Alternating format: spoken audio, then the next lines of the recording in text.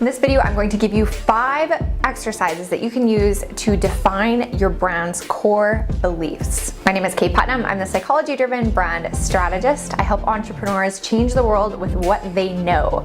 We do this by uncovering their innate brand advantage so they can grow their business and impact more people. I share valuable brand videos like this one each and every week, so please do hit that subscribe button and click the bell if you'd like notifications whenever I publish a new video so you can watch them first.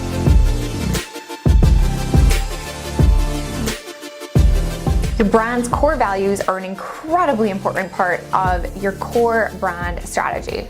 I reposition them a little bit for both my students that are going through my brand new brand incubation group program, and then also for my one-on-one clients in my Clarity Code program.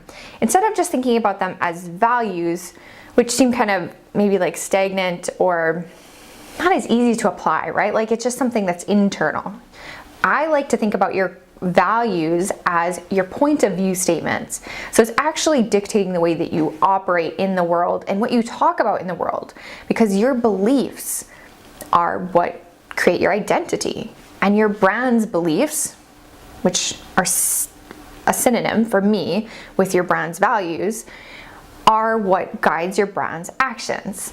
But sometimes it's not obvious what those core values or beliefs or point of view statements are. So we're gonna do 5 different exercises to help uncover what's already inside of you. I like to say that every entrepreneur is a genius, and I believe this wholeheartedly, but sometimes you just need help articulating what's already inside of your head or translating it into like consumer-facing cues, whether that's your messaging statements like we're talking about in this video, or your visual language like your logo and your colors and your fonts, etc.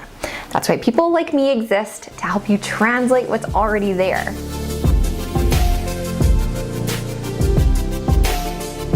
The first exercise that I recommend for my clients, students, and you is the I believe exercise.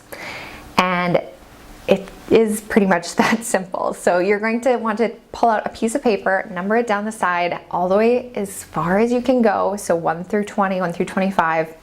And every sentence on that piece of paper, you're going to start with the 2 words, I believe. So what literally do you believe about the world? So few of us, and we not nearly often enough do we sit down and actually articulate, like, what do you believe to be true about the world?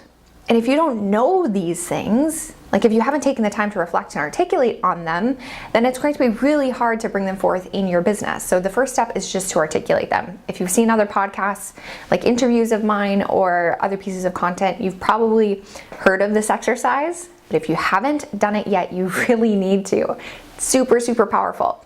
And when you're writing your I believe statements, you don't have to just think about your product or service specifically. Write I believe statements about your industry, and then about really big human topics. Like, what do you believe about success? What do you believe about family? About relationships? About work-life balance? What do you believe about personality? Like, does it change? Do people change, or are people always the same? Think about whatever topics like kind of trigger you or just get you fired up, and write an I believe statement about that. This isn't to say that your belief statements aren't ever going to change. We're humans, we evolve. Of course they're going to change. But if you don't ever take the time to write down what you believe now, you won't be aware of that, and you won't be able to use it in your brand. So write all of these belief statements. You can always make a judgment call later if you want to incorporate something into your brand messaging or not. But give yourself permission to go like beyond the obvious scope of your business. Okay, exercise number 2 in uncovering your brand's core values is to finish the prompt or the question. This is the change that we want to see in the world. So in other words, what is broken? What's wrong with this world? What do you want to see changed? What are you being called to actually improve in this world? I mean, we have more problems as humanity than we can count, right? Like there's stuff going on in every corner of the world, in every aspect of our lives that could be improved. But What are you being drawn to uniquely? What is your individual quest or mission to change? All right, exercise number 3 is to think about your brand's legacy.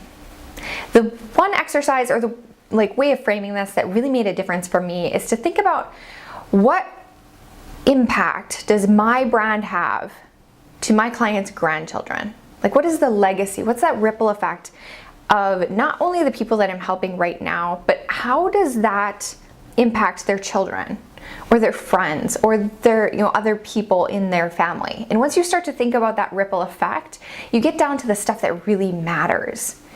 For me, if I can help somebody grow a successful business that naturally attracts their ideal clients to them, I'm showing their children that entrepreneurship is viable, that it is a possibility, that it's not just a pipe dream, it's something that you can choose to do, and it doesn't have to be impossible. Or you don't have to wait for permission from somebody else to assign you some value. You get to decide your value. You get to decide how you best serve the world, and you can build a business around that. So that gets me all fired up. So think about your product or service, and what are the residual effects on other people? What's the stuff that's so strong that it's actually going to ripple out over time and over more relationships?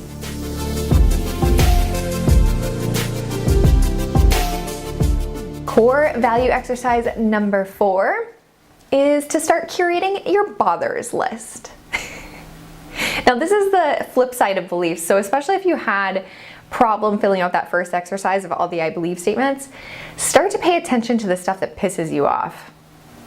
And I get it, this isn't the most fuzzy and light bringing of all activities, but it can be extremely illuminating. So if you just start to pay attention to when somebody either triggers you online or just says something that you don't agree with, start to curate a list of these things as your bothers list, because I can guarantee you that if you have a list of these, you'll be able to flip them around into your own belief statements. And you now have this strong point of view because you're disagreeing with some idea. You don't have to necessarily disagree with a specific person, but if you disagree with an idea, that gives your brand a unique and compelling point of view based off of your core beliefs, your core values.